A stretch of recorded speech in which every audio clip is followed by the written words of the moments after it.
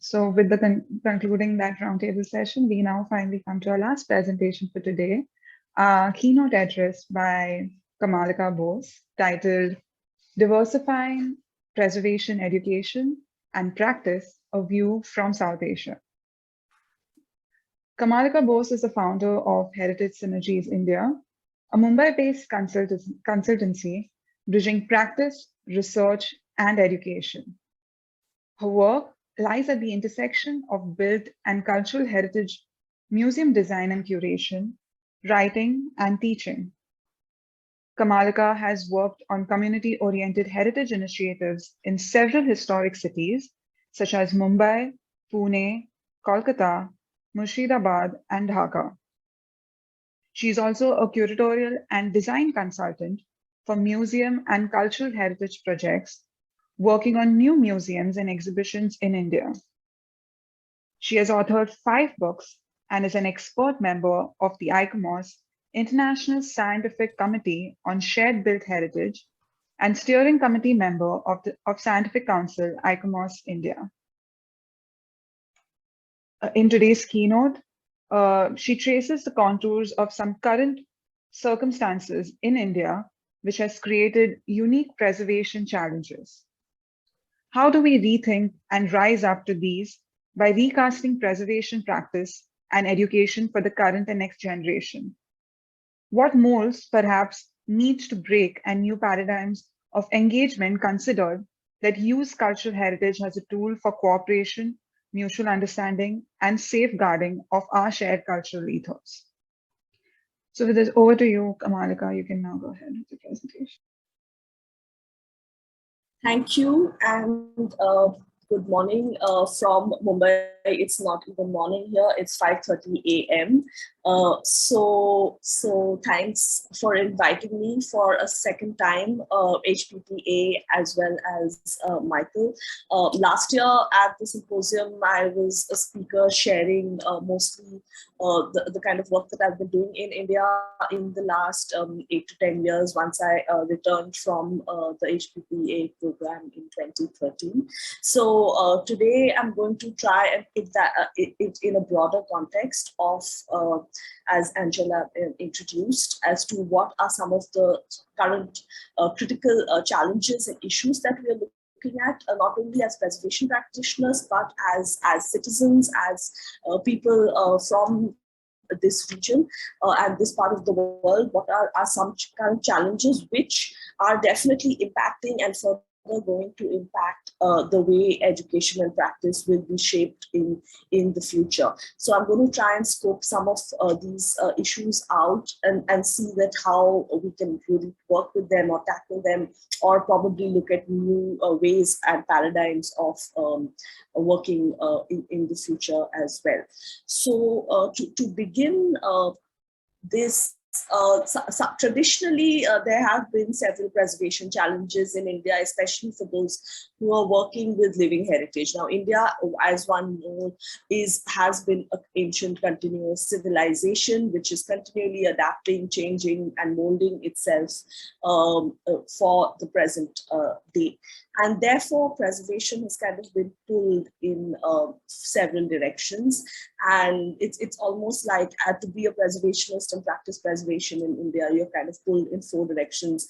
And how do you continue to work here? So of some of the critical preservation challenges that we have historically faced, these are not new, but I'm just going to sort of reiterate them to set the ball rolling, is that of this confrontation between the old and the new, and conservation and development, and balancing the place for old cities versus smart cities versus newer cities, and where is really the place for heritage in this aspirational growth and aspirational challenges to become a modern futuristic city in the 21st century. So how do our historic cores and how do our old cities really stand a chance?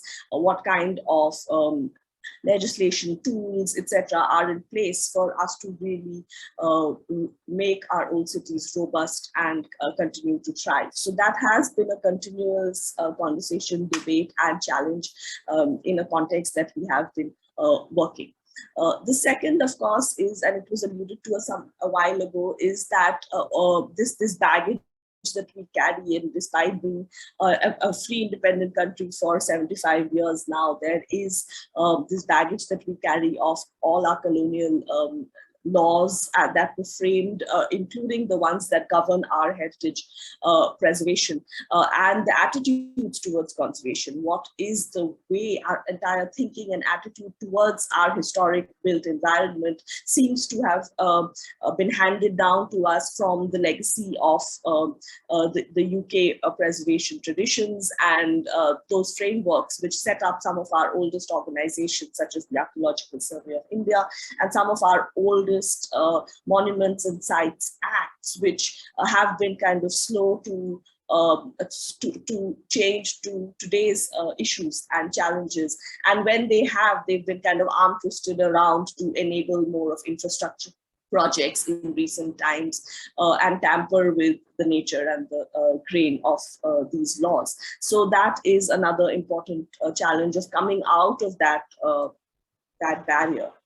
The third, of course, is again another burden that we carry in the South Asian context, is that of global sort of European charters and principles of the most sort of scientific way of doing conservation, and how many of these actually are relevant to our specific Indian context, and even in the most in the most correct way, is it really possible? The on-ground reality of our cities, of our people, of our context, is it, can we really look at these as textbook idealistic sort of premises of principles and charters, is another thing that one has been grappling with in the country. And that is also primarily because of this focus on architectural conservation by preservation practitioners. And preservation as a field in India probably has been around since the late 1980s, early 1990s is when we saw the first generation of preservationists who are essentially educated abroad, primarily in the UK. And when they returned back to India, and the kind of work they started doing really molded subsequently for people like us, etc., as role models for the kind of preservation projects to aspire for, the kind of preservation to do in the country. And all of that has been very building centric, has been very architectural conservation has been the focus. But I think in today's time, in the last 10 years or so, we have seen a shift to broaden the conversation, work towards urban conservation, precincts issues, other issues. And yet there seems to be the conservation architects in India are kind of not working in cooperation, but rather in competition with each other. And hence there is this sort of a challenge of this race of who has most projects and, you know, who is doing more work. And it's a difficult and murky situation as well.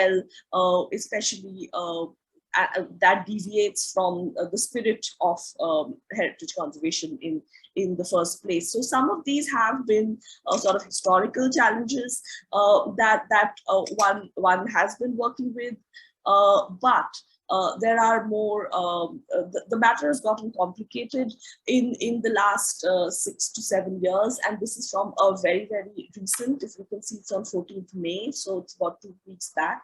These kind of verdicts where the Supreme Court, so the highest court of justice in India, when they intervene to into the arena of preservation and come up with verdicts, which then lead to demolition of important buildings, important sites of shared cultural heritage, by saying that these kind of sites have no architectural significance, primarily because not every building has a heritage value, or because it was not associated with something like our freedom struggle, and therefore is of no significance, it is highly problematic when these kind of verdicts come in, and they are a big setback to all the kind of small steps that the preservation movement in the country has made, and it's demoralizing for volunteers, for non-profits everywhere in across the country, when you see that at the highest level there is little or no support for local level actions or local level landmarks to be preserved. And this is something which is happening very frequently across various parts of the country as well. But of course, there have been wins, and there have been good things to that has happened as well in the recent past, just prior to the pandemic, which is these three cities back to back almost being recognized as UNESCO World Heritage Cities, and therefore shifting the conversation, or at least opening up the conversation from architectural conservation to urban conservation, to looking at precincts and preservations, etc. So with Ahmedabad, and then Mumbai, and finally Jaipur, three cities prior to, just before the pandemic, back to back becoming World Heritage Cities, we saw it as a big shot in the arm, as a recognition, and going forward, great scope and a big positive step for preservation movement in the country. However, 4 or 5 years down the line, what has it really tangibly amounted to on ground? It's really something like this. These are scenes from Ahmedabad Airport. If you land into Ahmedabad Airport, you see this sort of a heritage wallpapering of this status, where they've sort of pasted across all the what used to be a Lucabond steel and glass sort of an airport. The heritage of the city has kind of been pasted over as wallpaper. While if you look at the reality on ground and the kind of reports that are coming out of the city, it's actually the heritage status has done more bad than good on ground, because the number of illegal structures in these precincts have doubled in 4 years, and therefore the heritage tag is not being incentivized in the correct way that it probably should. And this is really that sort of dichotomy, where is our World Heritage City being looked as more of a status tag, rather than bringing really on ground positive change on ground. And this is an issue which we are also facing in other World Heritage Cities, and similar aspirational other cities which are aspiring to become World Heritage Cities in India. So it can almost become like a rat race to again secure a UNESCO World Heritage City tag. But what are we really doing on ground, and how does it really play out on ground is a big question. And then, of course, the new challenges for which we were absolutely unprepared in the last 7 years. And we've seen this happen globally, but I think in India, it has some direct implication on the way our preservation dynamics are going to have completely changed and will continue to change in the coming years, is this complete rise of nationalism, extremism, and Hindu suprematism. This sort of, these are two of the photographs you see at the bottom. These are two of our most earliest and most important World Heritage sites, the Taj Mahal and the Qutub Minar. But the narratives around these two sites are completely being twisted and replanted into public imagination in a way that these have now become contested sites. And if in my opinion, a monument like the Taj Mahal is under threat for some today, one of the world's most known and loved World Heritage sites, what is the future of other sites which don't get even a fraction of the attention or the funding or the tourists or any kind of care as these sites get? So it's hugely problematic, this sort of new narrative and this new kind of erasure of other cultures or other histories that were part of the civilizational evolution. But not only that, we're seeing a collective risk at our collective shared identity. And in a way, COVID has slowed this process down, and the pandemic has actually been a blessing. Otherwise, I think our country would have been burning by now.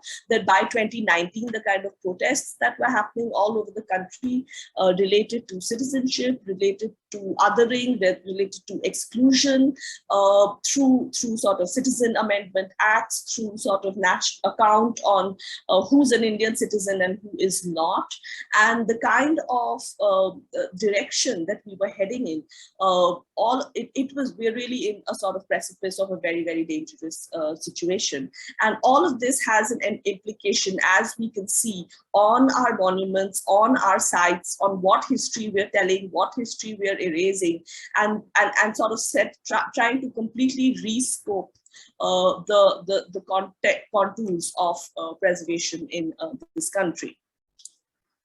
And therefore, in a aim and a desire to subvert certain histories and subvert certain narratives, we are trying to reclaim certain earlier narratives of our sacred sites, of reclaiming certain pride and identity, which we think we have been historically wronged in due to our sudden and current agenda with the rise of the right wing. And therefore, what we see today happening to some of our most sacred sites in the name of reclaiming pride and converting them into iconic pilgrim destinations is really large-scale urban renewal and vandalization of heritage. And when this large-scale urban renewal takes place, this is something that all of you are probably aware of, that has happened in the US in the 60s and the 70s. And we're trying to, like 50 years later, 60 years later, do that to our historic cities.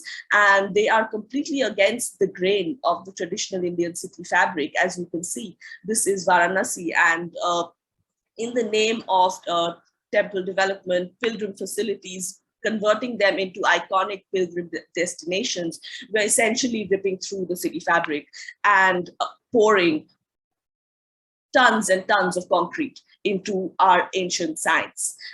And when we do that, we're able to see through some of these pictures, and these are only like the tip of the iceberg. Every major sacred site in India today is in the name of converting it into an iconic destination to reclaim our lost glories and our legacies, etc., is essentially just ripping through that site, pouring it with concrete, and completely creating what will, in time, become an ecological disaster. And this is essentially how our ancient religious sites and ancient religious heritage is being repackaged as theme park with large scale money and investment. So it's not like there is no funding and there's no, these are all government backed projects with large scale funding in the pumped in through the infrastructure segment, through tourist facilities and amenities. So it's not preservation, but it's really redevelopment around these sacred precincts, which are adding multi-level parkings, shopping malls, and all sorts of other recreational sound and light shows, etc., to really convert these very, very early ancient energy centers, sacred and spiritual centers, into nothing more than amusement parks. And this is really something which has burst into the scene in recent times. And as preservationists, I'll come to that, but what it's also done with, of course, I'm not going to get into details. We all know that climate change is real, but these kind of man-made disasters, because this is what we're doing to our most ancient and historic sites, which are actually all situated along ecological zones, along hills, along rivers, along confluence of rivers. And when we see now the number of tragedies that take place in terms of glacier cloud bursts, glacier melts, landslides, flash floods, cyclones, rising water levels, all of this across the country with the defrosting and the melting of the Himalayas. All of this has a direct impact on each of these sites. And of course, if we are pouring concrete into all our historic sites, it's completely going to lead us to disaster, which it already is. And we're seeing that in every year there are tragedies that happen within these pilgrim sites, especially in the hill zones. And therefore, to really then question that what are we preserving? What is our emphasis as preservationists in the country today? Can we continue to remain preserving only our ruins? And this is also where so much of our corporate social responsibility and private investment, a lot of the funding that comes in for conservation in this country, which is not from the government, which is either from private individuals, corporates, or non-profits, foundations, go into the preservation and upkeep of ruins, of iconic monuments, of iconic sites, many World Heritage sites in the country. But is it enough to just continue to keep doing that? We definitely in the future going forward, need to reprioritize and shift the focus, not just from monuments and ruins, not just our forts, palaces and mansions and iconic architecture, which gives India this, sort of romantic notion of being this land of forts and palaces, etc. I think that while that will continue to happen, but I think we need to move from that romantic notion to more pressing issues, to more pressing aspects that are at threat, which is essentially local histories, micro histories, minority heritage, ethnic heritage, tribal heritage, whose lands, whose resources are completely at risk due to, again, development, so to say, contested sites, shared cultural heritage sites, sites of conflict and contestation. All of this needs to be tackled, and I think that there's conversation around it, there's energy around it, but needs to be mainstreamed in a way that reinforces the pluralistic cultural fabric of India, because otherwise it's just going to continue to be this cherry-picked attitude towards our most iconic architecture, and that too, if it does not align and adhere to certain mainstream narratives and agendas, which the country is trying to push today, it's not going to survive. And we are seeing that even with World Heritage sites today, with World Heritage nominations, what are the kind of sites which are being pushed versus which are the ones which are being left out due to these kind of contestations that the new political scenario is kind of has presented to us. So this reprioritization is an absolute essential going forward, which was not probably a challenge for the previous generation, but is definitely a priority and a challenge for my generation and the next generation as well. And therefore, the question becomes that and I think Trudy brought this up as well beautifully yesterday in her keynote, when she said that where does the preservationist even fit into all of this context? What is our role? What is our individual sort of relevance in all of this?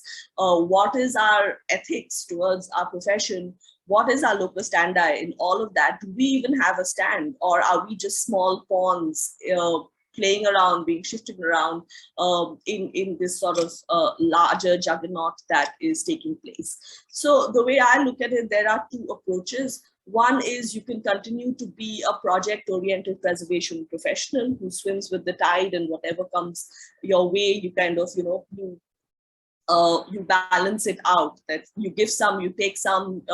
It's about the A answer always to get into these sort of big ticket projects, or to continue to preserve iconic architecture, because there will always be some funding or the other for that, at the cost of wiping out of large amounts of historic city fabric, to give shape to these new sort of visions of what India's new preservation story and narrative should be.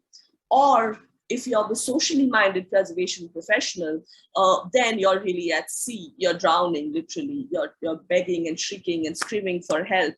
That what should be the nature of your practice if you don't align to these kind of majoritarian narratives, or how do you really situate your practice, and how do you going forward do meaningful work and be relevant to some of the most pressing and challenging issues in your part of the world. And these are, of course, these are two broad ways, and therefore I think when this conference and the theme of this symposium today came up, it was very exciting for me to try and present some of these, address some of these issues within the larger frame of the symposium and the three tracks that have been identified, which are essentially preservation education, the next generation, and old buildings, new perspectives.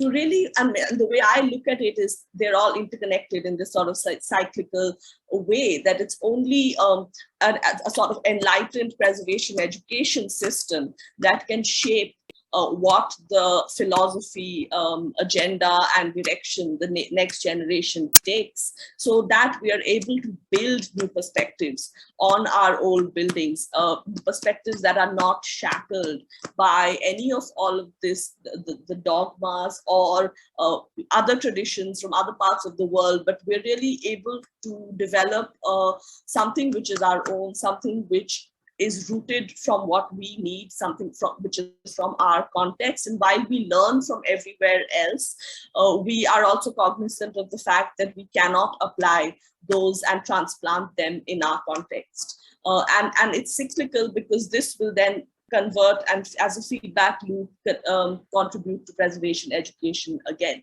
And so these are three very important pillars, I think, going forward. And I'm going to sort of now try to, for the other half of my presentation, just enumerate a little bit on how these three, again, pan out in the Indian context. So if I look at preservation education in India, it really stems from architectural education. And this was a sort of study that I had done, I was part of rather, 6 years ago as part of this exhibition called The State of Architecture, where we're really trying to see what is the landscape of architectural education in India. And as we can see, there are just in the last 10 years, there's been a tripling of the number of architecture schools in India. There are about 400 plus architecture schools dotted, essentially concentrated around the cities, around urban centers, and which essentially indicates to the fact that all conversations regarding the built environment are shaped by in architecture schools, in planning programs, etc. And this mushrooming of 400 plus schools would make you believe that there's a lot of good architects and a lot of good architecture happening in India, right? But when we look at this, and then we look at preservation education within this, we see that if you kind of, the broad contours of heritage courses in India, architectural conservation is just one of them. There are many other broad sort of categories, such as archaeology, nature and wildlife conservation, heritage management, tourism, etc. So therefore, if we only pick on architectural conservation, it is one piece of that big pie. And if you look at degree programs which are offered in the schools that offer master's programs in preservation, they're all essentially subsets of masters in architecture. And recently, in maybe the last few years, some heritage management programs that have also come up. But essentially, you have 8 to 10 good schools offering higher level, master's level program out of the 400 plus architecture schools that exist in the country. So you can really see how, considering the vast country and the vast number of historic resources that we have, the number of schools are really minuscule. It's a fraction.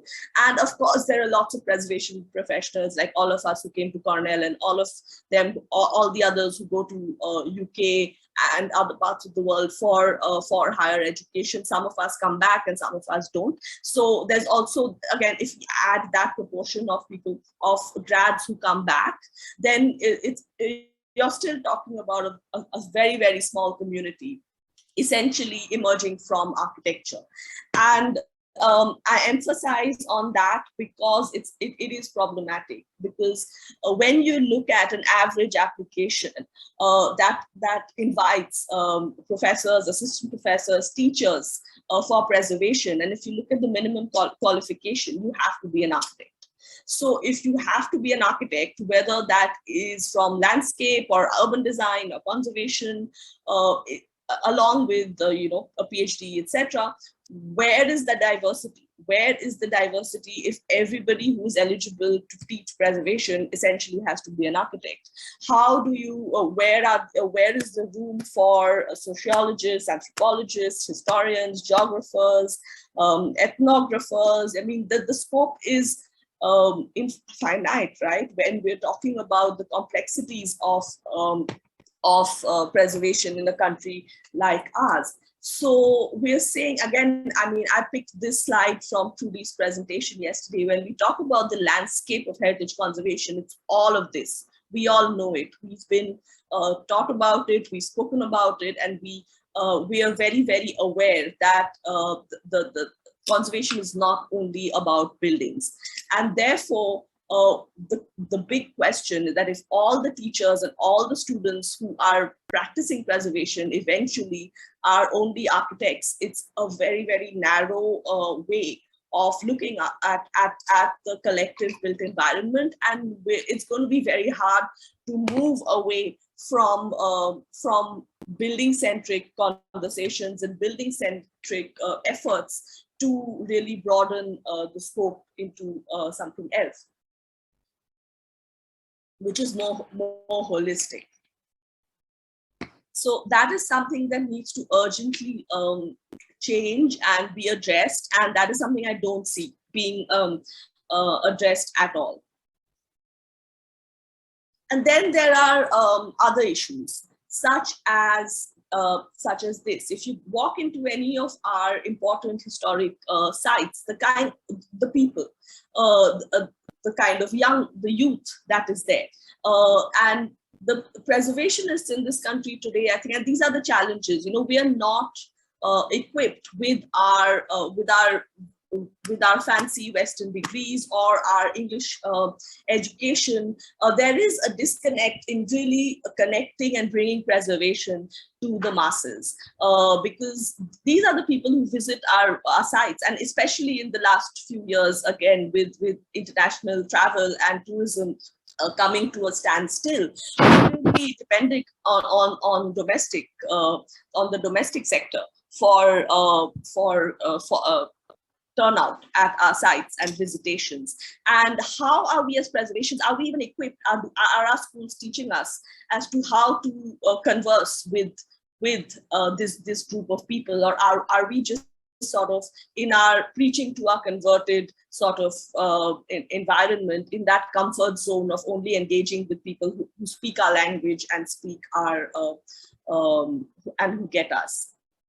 So these are some of the challenges that I've been facing and working with, is the professional training that we come with versus how does that really enable us to build community connect, speak to different people, different constituencies about the importance of preservation, about the importance of their own communities and neighborhoods in a language, in local languages, in regional languages, because English, though we may be most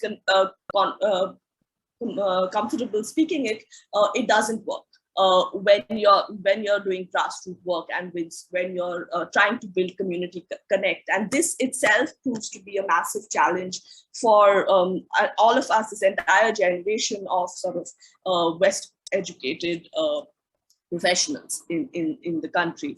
And therefore, you have to keep pushing it, the envelope, and channelize your training and reinvent things to reach new constituencies and reach new audiences, no matter how difficult and uncomfortable you may be doing that, because even if in our training, the terminologies that we use, there are certain terms in conservation for which there is no, for example, Bengali word or Marathi word or any word in the local or the regional language. So there is, how do you take what you're doing or what you want to do to make it understandable for somebody in a local or a regional tongue? And that becomes very, very difficult, but it's something like a barrier all of us need to break and work towards to really reach new audiences if we want to, diversify and widen the base of our impact at some level. And therefore, if again, this was a point that I'm picking from what Trudy mentioned yesterday, where we're stepping back from this sort of orthodoxy of the heritage discourse and really taking it to the people, opening it up from this sort of small fraternity, if you say, of preservationists and experts in the country, to really open it up and think about people and think about places and think about historic places from the lens of the people. And this is again a small effort which we were doing through a book, trying to invite stories as a sort of call, as an open call for stories on the city, for writing on the city, which we published into a book. But the idea was to engage with stories from the city which are people-centric and which are not power-centric or architecture-centric or iconic places centric, but people stories, people struggles, struggles of the everyday struggles of the culture and how it has evolved in a city.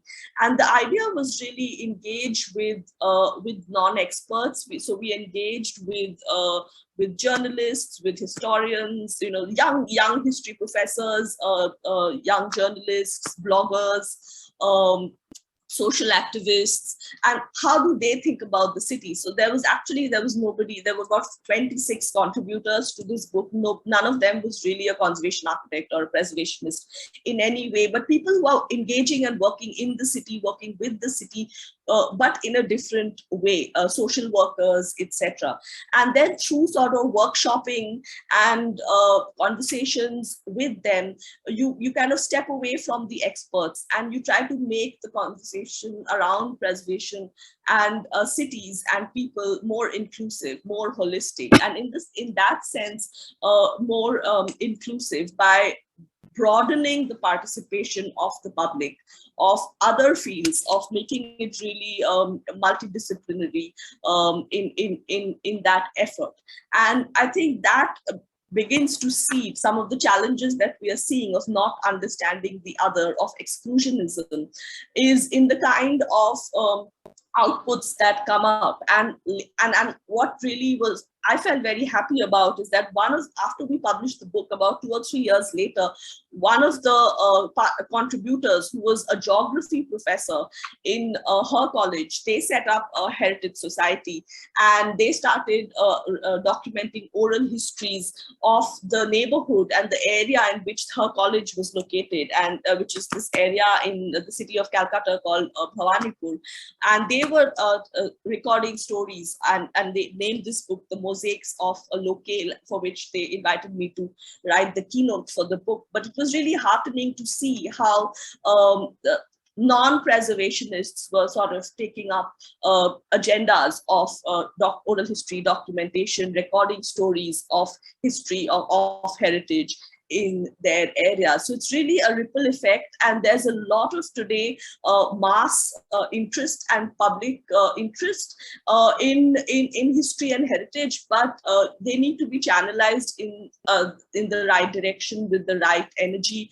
And these small efforts, these micro histories that I spoke about, are really probably one way forward to counter the larger sort of agendas and the broad national sweeps that are taking place at the national level, by really focusing on the local, on the micro, on the minute, because before we know it, all of this is getting erased. And also when we then take it down to the youth, to to the young India that is in schools and colleges today. These are high school kids who are today trying to grapple, because of the situation in India today, to grapple with aspects of migration, identity, diaspora, loss, partition. These are issues that even when I was in high school, I was not exposed to any of this. But there are schools and colleges that are trying to imbibe these kind of values and these kinds of thinkings about migrants in a city, about your stake, about where do you come from, about tracing your own roots.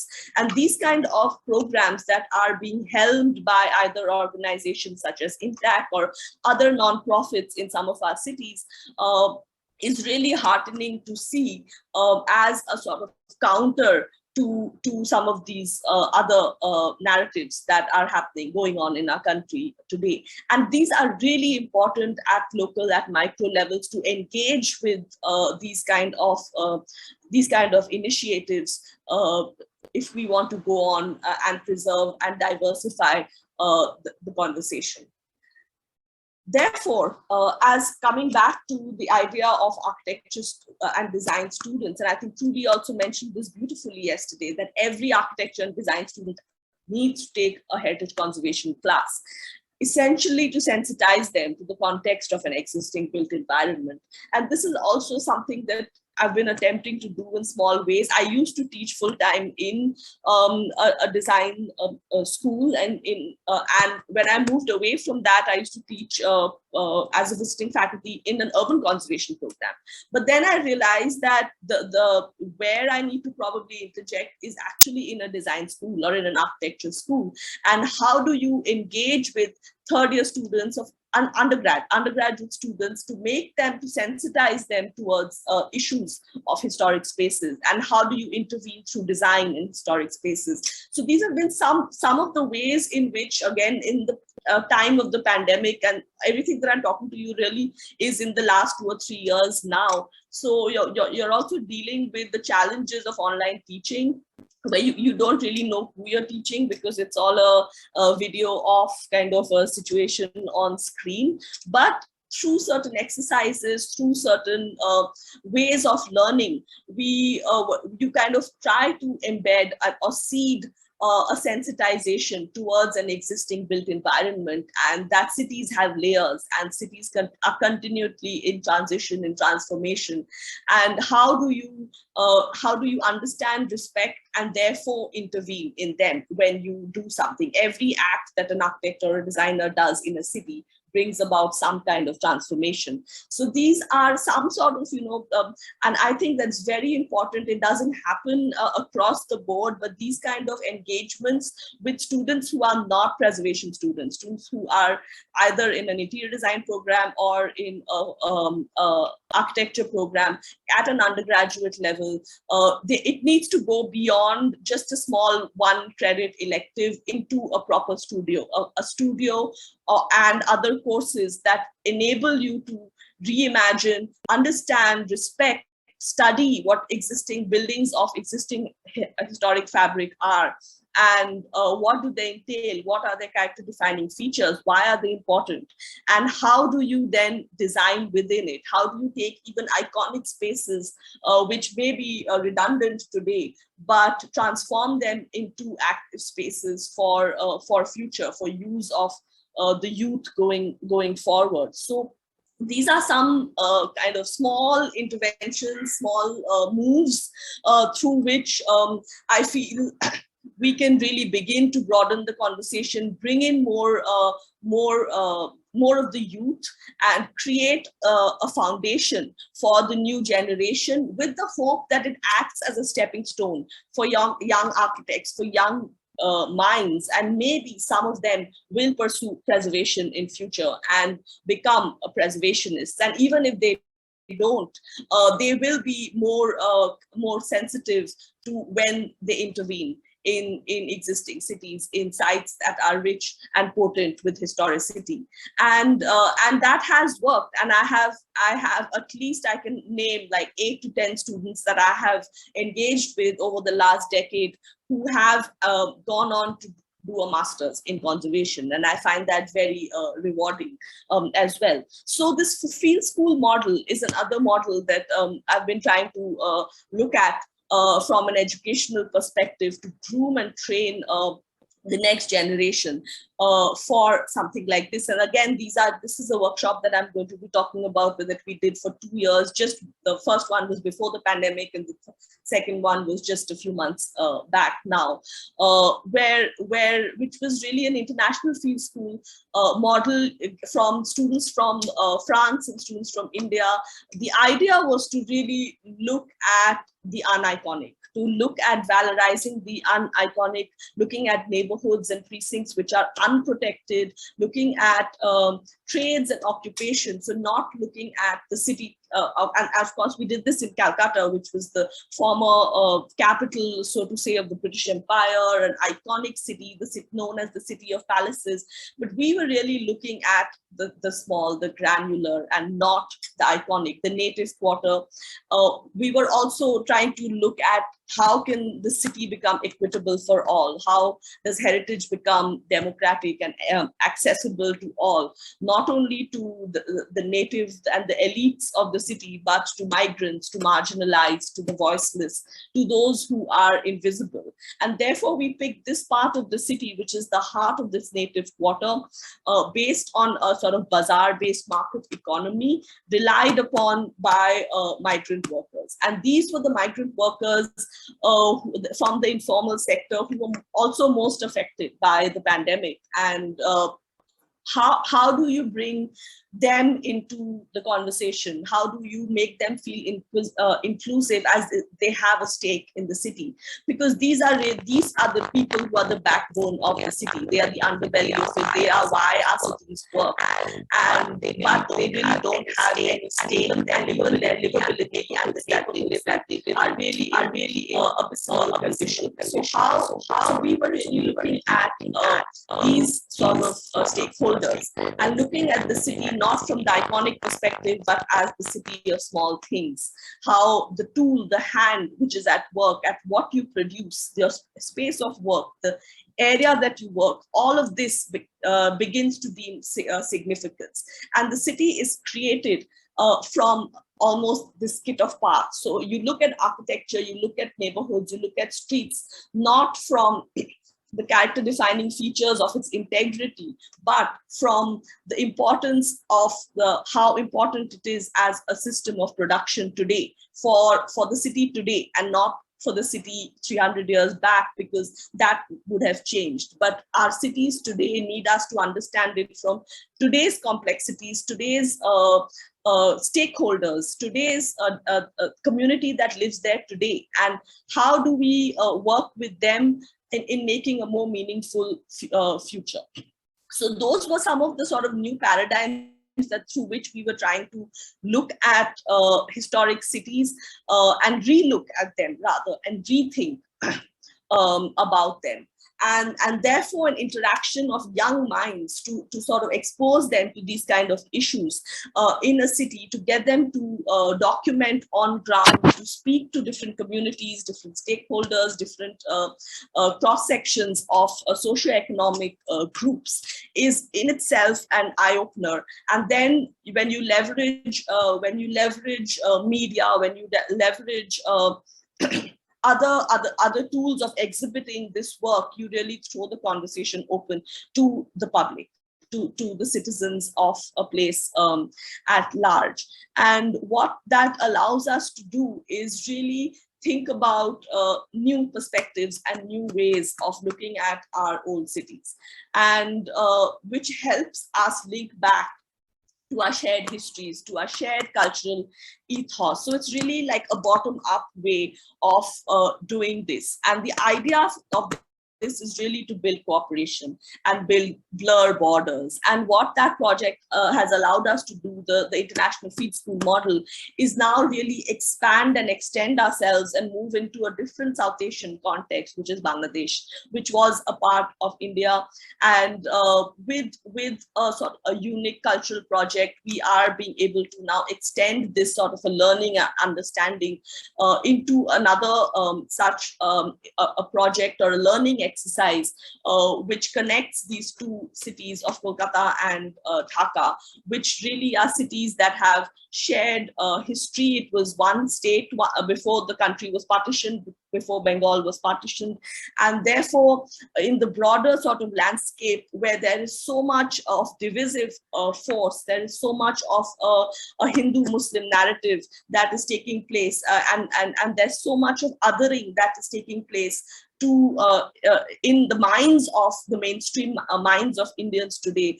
I think this is a very timely initiative to look at our shared past, our shared cultural linkages, our shared memories of loss, longing, partition, and how are these two cities linked today to really to again subvert the narratives, the mainstream narratives that are nationally floating around today. And how does culture really become that link to understand the other, to understand and learn from our shared past? So this is something we're looking forward to do in the coming 2 years, and broaden the conversation in the scope of learning from each other in the South Asian context. And I hope that, you know, we can also expand this to other South Asian countries, but that's politically fraught to be doing something in Pakistan or in Sri Lanka. It all becomes very complicated in the present day politics of our of the South Asian subcontinent. But these are the only ways in which we can continue to break maybe some of these broader challenges that we are facing, but learn from each other and be more sensitive to each other. So as a concluding slide, I would just like to say that maybe there is a South Asian way of how we approach preservation as a way forward, and it is for each of us in the current generation and in the generations to come to really identify that way forward and practice it as a new and a different paradigm. Thank you. Thank you so much, Kamalika. And I'm really glad. I mean, this is Cornell HPP alumni, where I can talk about India and US on the same platform. So the presentation for me at least was very relatable.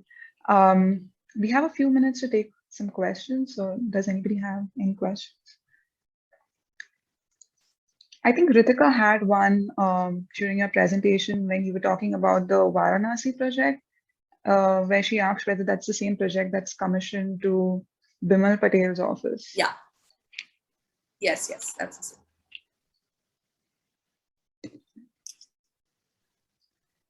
Any more questions? I'm trying to raise my hand, but I don't know how. Yeah, Barbara, go ahead. I thought you brought up so many things that it's almost hard to figure out where to begin. There are so many important elements in what you brought up that it's almost 3 different talks. I really, it's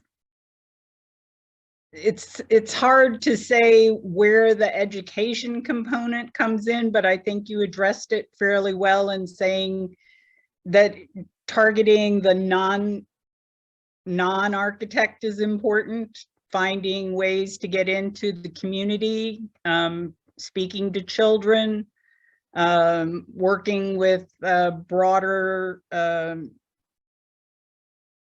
facets of the community, you know, other types of educators or journalists, or I think you did an absolutely wonderful job of explaining all the elements there, although they seemed rather daunting. So it's like, wow, how can you do all of that? And then within the context of when to bring something to the architecture community, you know, I didn't learn about historic preservation until I was a junior in architecture school, a 3rd-year student. So I didn't even know it existed until then. So it's kind of, you know, each person comes upon it in their own way. And I think that you brought up some really good points about where and which schools and how to handle it. It's just, it's almost, it's very important. It is very important because it brings back to the people who actually practice these egregious acts. And then you also covered this broader range of the annihilation of cultural heritage in the name of enhancing cultural heritage, shall we call it? You know, I mean, that's a subject area all by itself. And then there's a sub-subject of that within the United States. I live in Richmond, Virginia. You may have heard of Monument Avenue in Richmond, Virginia, which no longer has a single monument on it except one. So, so you know, I mean, and that is a kind of there's a validity to that process that also affects the preservation. So anyway, I wanted to congratulate you on an amazing talk and say, I don't know how you got through all of that in that short of time. And for bringing up so many really important ideas. Thank you. Thank you, Barbara. Yeah.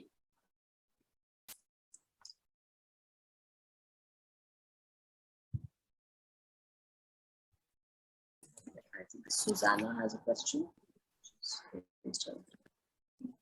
Yeah. Hi. Am I there? Yeah. Yes. What a really impressive talk and what incredible work you're doing. I really enjoyed it very much. I want to tell you that you shouldn't feel too bad because Philadelphia, where I live, was designated a World Heritage City, and it really has done nothing for preservation. I think there was a lot of hope that it would, and a lot of conversation about it. But it's amazing how it has really had no impact, which is so unfortunate. I was curious, what is really pushing this, what's happening with this reconstruction of historic sites? Is it a drive for tourism? I mean, here in the US, and certainly where I live in Pennsylvania, what has really been driving the loss of historic properties has been just development pressure. It's, you know, for housing in particular, it's been so great. What is driving what's happening in India? So in the realm of its religious historic sites, a lot of it is a lot of this reconstruction is really in the name of religion, in the name of, it serves no real purpose, but a sort of illusion that we are reclaiming a grand historic past that we used to have maybe 1,000 years ago or 2,000 years ago, and it's really reclaiming and reconstructing that, and I think it has more to do with vote bank politics than any real purpose that it's going to serve or any real benefit that it's going to bring to anyone. But these are just the times that we live in, and you know, it's one of the realities that we need to grapple with. It's not like it's solving our housing crisis, or it's not like it's solving our lack of employment or livelihood for the informal sector. We saw in the COVID time that the migrant crisis that happened for migrant workers living in cities in India, and they had to walk back home, or the COVID crisis that we saw. None of this is really helping the average citizen's daily life, but it sort of feeds into the idea of once upon a time grand India. And I think that is that imagination is what is like to put a balm or rather a smoke screen to your real lives and the challenges that you have.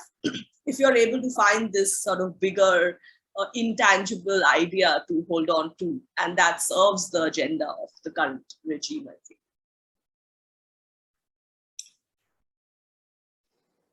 Thank I think you. Ritika has raised her hand. Yeah. Yeah, just to answer that question in a simpler term, it's the central government's political agenda. They want to build new India, and for that, they are going to go to any extent to change the bylaws, to change the heritage and all these presents, the way based on how, in Kamalika's presentation, she talked about Hinduism and other religious political agendas that are today playing important role in India and changing historic preservation. So there are a lot of these historic sites, not just prehistoric sites, but modern heritage sites are being changed based on what the current central government wants it to be. So it's exactly that. I mean, because we've been fighting for advocacy for the last 3 years, and nothing has happened. It has been done in the High Court. We filed petition. The Supreme Court said that,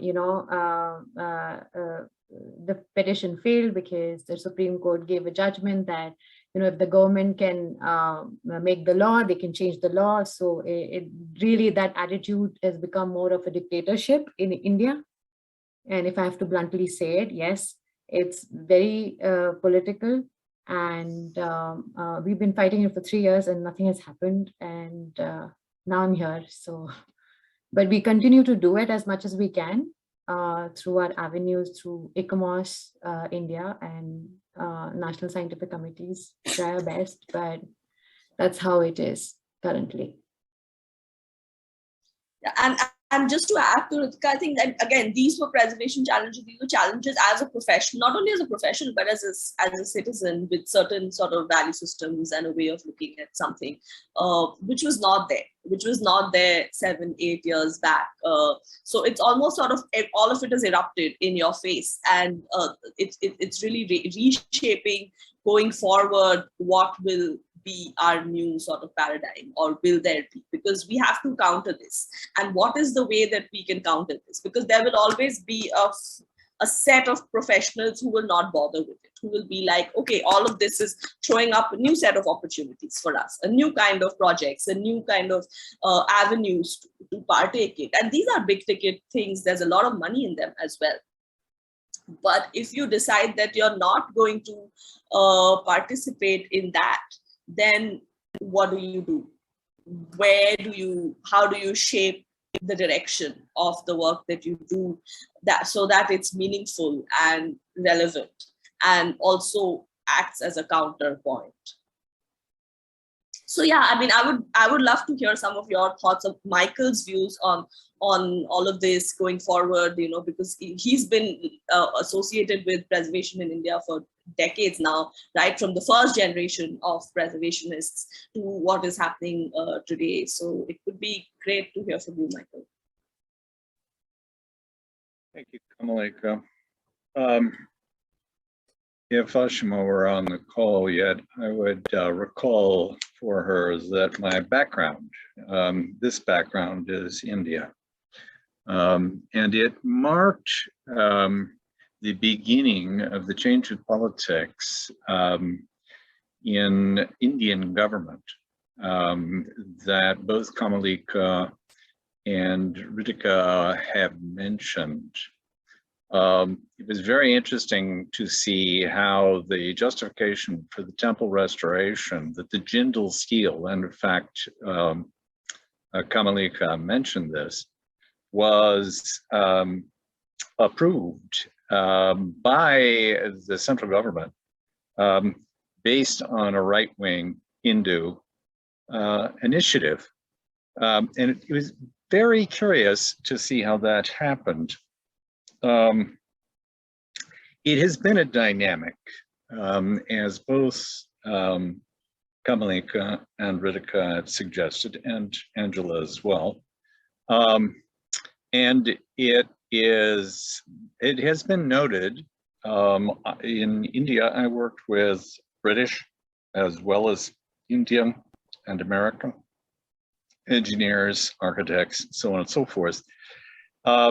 And I learned that it was terribly complicated, that I had to learn much more. You might be amused to know that I took Trudy to India for the first time, along with Sylvia Augustus. These were at the point they graduated. It was kind of their graduation present, right? In a sense, in a way to begin to get them to understand that the world isn't just one size fits all. And India represents, and I think this is the important point that I think you should recognize if you're from the United States, in fact, in other parts of the world, that the politics does matter seriously about what it is that government is going to be doing anywhere. And I'm watching this. I mentioned earlier that the course that I teach in international activities in real estate, it has changed remarkably. The political scenario for investments in China and India have magically transformed the manner in which heritage properties are looked at. In both cases, and many preservation, and this is where Kamalika's work is so important, because while she's never been trained as an economist, she understands what it is that's taking place there. And that's important for you to understand, regardless of where you are. In the previous presentation, where you were thinking about context, the things that are missing are the things that we add to the question of culture. We're thinking about the economics. We're thinking about the nature of the investments. At the very same time, we're thinking about the people, because people make the investments, right? And people are the low income parameter, right? People and classes make all the difference in way in which properties are treated. So to you, Kamalika, as I've said on previous occasions, I'm so proud of what you've been doing, because I know it's the right thing. I'm going to pause and ask you a question, though, particularly because Tom Richmond's on this connection. He's just come back from Canada, but he was visiting India, right? As I did with Greg and Trudy and Sylvia Augustus, I'm wondering if the alumni are interested in working together to assist, because you have, what between the Indians that are here and the Indians that are in India, right? And some of them, they're classmates, right? It seems as though we've got to do a better job of educating that younger group of people. And then in the heritage education, and for everybody here on the call, pay attention to what it is that Ashima had said about her book, the book that she and Manish put together, because it has Kamalika's work. It has the best compilation. It's basically the best compilation of current heritage activities in any country, not just India, right? I monitor the development of this sort of literature around the world. You can't find anything that is comparable for China or for Europe in any one of the countries, right? So if you want to learn about this, if you want to work together, and Tom, I'm going to call on you so that you can, is I've sent Tom literally on these sorts of crusades, and we have an incoming student who has been essentially corralled into the program largely because Tom and I and other alumni, right, in Pakistan have been working together, right? The reality is that Tom and Kamalika already work together, and Swapna and so on, Anisha, all of you are capable of working together. All I want to do is accelerate the teaching of, and you've begun to think about, now that COVID is almost over, right? You've begun to think about what would be necessary to mount a campaign, an educational campaign, because that's really what we're into, right? And there's nobody who's going to stand in our way. So what I'm going to suggest is this be the first of at least a dozen more conversations about how it is that India can be assisted with more of the alumni. Oh, absolutely, absolutely. And I'd be happy to really take that conversation forward, because I think now, the time is right now. Now is the time to initiate this and bring in everything that you've spoken about, Michael. So we must do that. And for the other alumni are on the call, you can join Tom and Kamalika if you want to learn something about it. Certainly Angela and Ritika, Tijal will be glad to kibitz, to get you familiar. But India is very important to the United States for reasons that the United States, quite frankly, doesn't really quite understand going forward.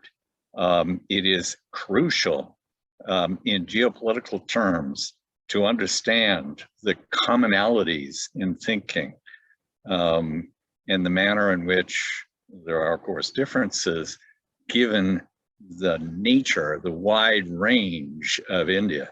We think of ourselves as being inclusive in the United States. Well, you get to the United States, you can see India, you're getting inclusive in a different way completely.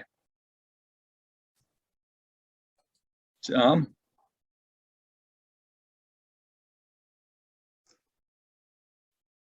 We can't hear you.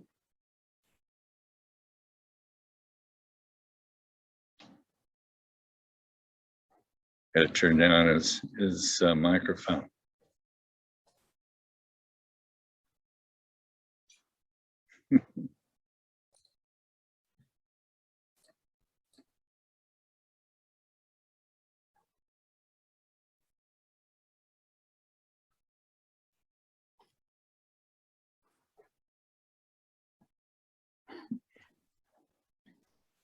Soon.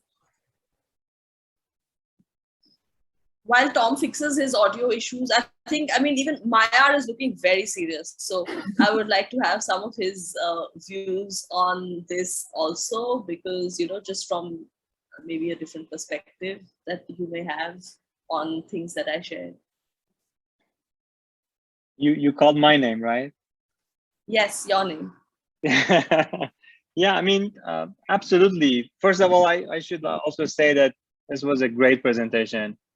And I think lots of things for all of us to think about. It's not like only because it wasn't necessarily a result of what you were doing, but also things that you would like us to think about it. I think this idea of when you get education from, let's say, a Western society, as you were talking about it, and then the way in which you can mix that with the culture and context, as you were saying, for example, language, local language. It's very important in the way in which you can connect to the community. And for me, at least, this connection with the community is very important. And it makes your way to do some work. Because otherwise, if you just like work with the policymakers and try to change policies, it will not do the work on the field, on like local communities, small communities all around countries like India or Iran or Pakistan or other regions in other countries in that region. Absolutely. I think what you're doing is amazing in this regard, in my opinion.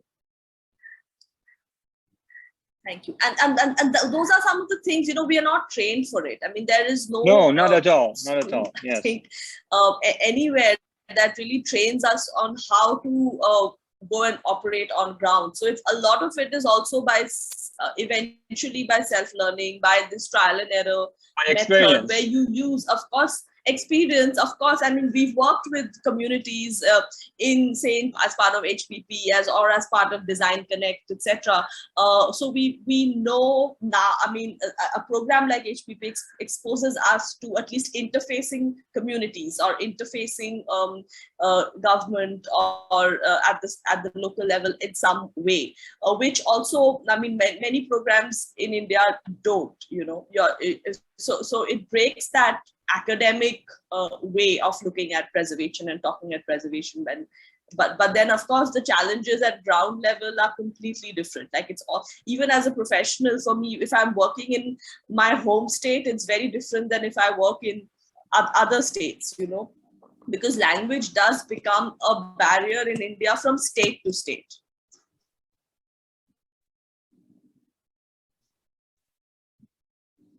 Okay, I think we can now move on, just because we're running short on time. So thank you so much. Yeah, I don't know whether Tom finally managed to. He wanted to say something, but I don't know if he fixed his audio or not. We can close the session.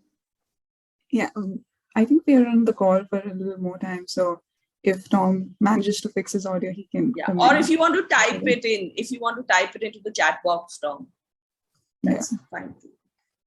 But yeah, thank you again, Kamalika. This was very insightful. And I'd also like to thank all the other attendees who have stayed with us through the day. It's been a long day, but now that we conclude our presentations, we'll just go to the last session, which is actually a new segment we've decided to add this year, where we introduce our incoming class to the alumni. So as Professor mentioned yesterday, we have 9 or so new students who are going to be joining us this fall. And I see a few of them here. I see Hunter, I see Christina, I see Yulin. Professor, would you like to lead them into the introductions?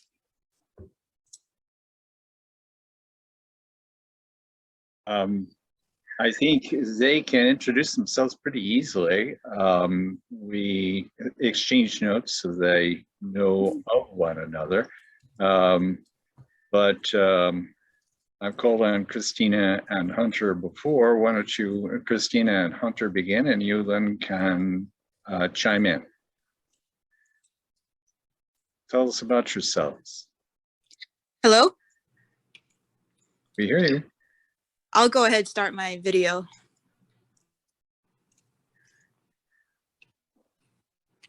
Hi, my name is Christina. I'm currently in Nashville, Tennessee, and my background is Latin American. So my bachelor's degree was in post-colonial Latin American history, and I have a master's degree as well from Syracuse University. I focused in architecture criticism there, and I think what I want to bring to the program is a perspective from the global South, particularly Latin America. My family is from Bolivia, so I think that really informs how I think. And also I have an Indigenous background as well. So I think thinking about Indigenous cosmologies is very important to me, specifically Quechua and Aymara. And I think that is what I want to bring to the program, especially thinking about decolonial theory, as well as the subaltern theories. But hopefully I can kind of make these intersections. But I think overall that's kind of who I am. So yeah, sorry, I get a little bit, when I have to introduce myself to people, I get a little bit anxious about that, sorry. But yeah. Nice to meet you, Christina. I'm glad that you could make it here. Yeah, no, thank you. Thank you for having me. It was really interesting discussion, and I'm super grateful to be a part of this. Thank you, Christina. Hunter, yeah, go ahead. Sorry. Yeah, Hunter, go ahead. Hi, I'm Hunter. Also, sorry if I sound weird. I'm actually currently sick with COVID, so that's good fun. But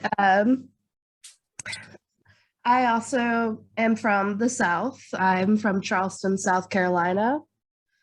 And my background is in studio art and art history.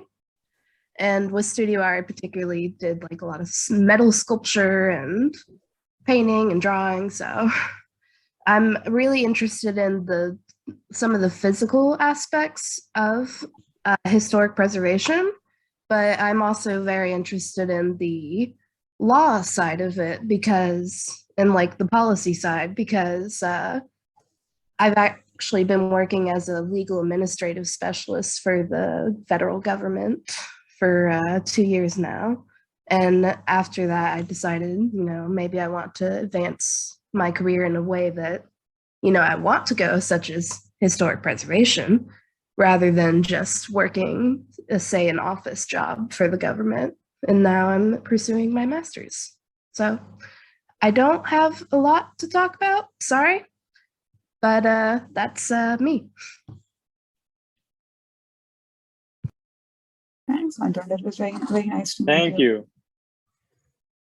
Yulin, you want to go ahead? Hi everyone. My name is Yulin and I come from China.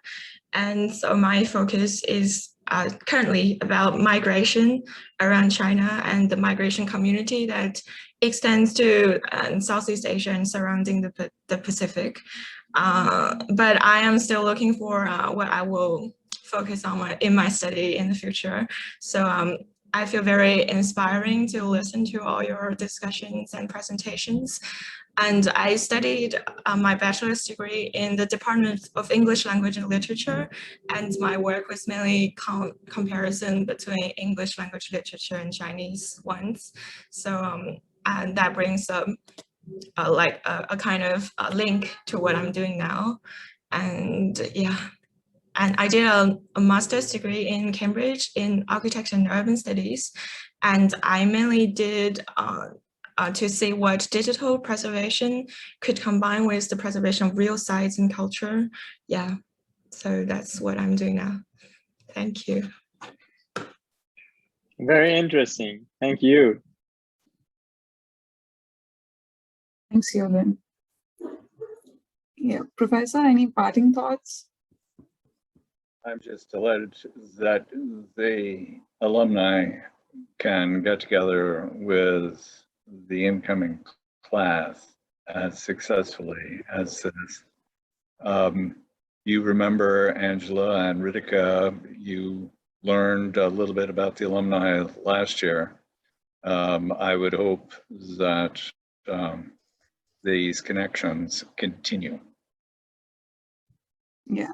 And since we're talking about preservation education, I think I just like to add Cornell HPP's alumni network, the strong alumni network, is one of the factors that make it one of the most successful courses in preservation, not only in the United States, but in the world. And that's why we come so far to study here. So just a big thank you to all the alumni who give us this platform to hear more about you. And I'm sure these networks are very crucial, very beneficial going ahead when we choose our career paths.